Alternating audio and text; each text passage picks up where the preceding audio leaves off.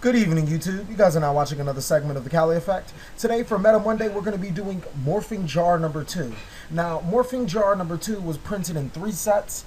We're going to say Feral Servants, Dark Beginning 1, and Legendary Collections YuGiOh. The only way you can get this in the highest rarity, which is a super, is Legendary Collections YuGiOh. It is also an Earth Monster, level 3, 800 attack, 700 defense. We're not worrying about the stats or anything, but let's get down to the effect, because this is where it's most crucial.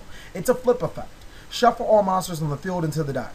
Then each player reveals from the top of their deck until they reveal the same number of monsters they shuffled into their main deck. Special summon all level 4 or lower monsters and face down to defense position. Send any remaining cards to the graveyard. Now we're going to skip for the mill decks and all that other trash because those really aren't that competitive. We're going to get to the real aspect of why this card would impact the meta. Overall, this is basically the Synchro killer, the Exceed killer, anything that doesn't go to main deck type killer. This card gets over so many plays.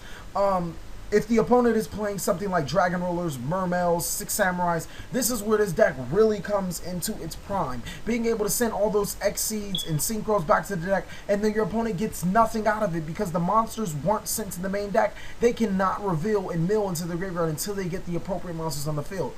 Overall, just a mini type field wipe, pseudo in some form because it puts everything back to the deck.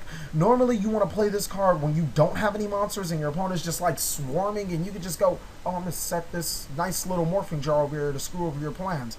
You have to be aware when using it because it is a flip effect, and flip effects are relatively slow. Also, if your opponent picks up on it, they're going to want to destroy it with their Draco Sack tokens or anything else, or with any type of effect before they attack into it. The best side deck that this card fits into is Mermail, because typically players don't want to destroy face down defense position monsters with monster effects because they think it's a lend, and that's where you can kind of just play mind games with them and lend and Morphing Jar. There's a couple other decks that this card just really shines in, but I think Mermail is possibly the best sideboard material for this card. But thank you guys for watching another segment of the TheCaliEffect. Please like, comment, subscribe, but most of all, enjoy.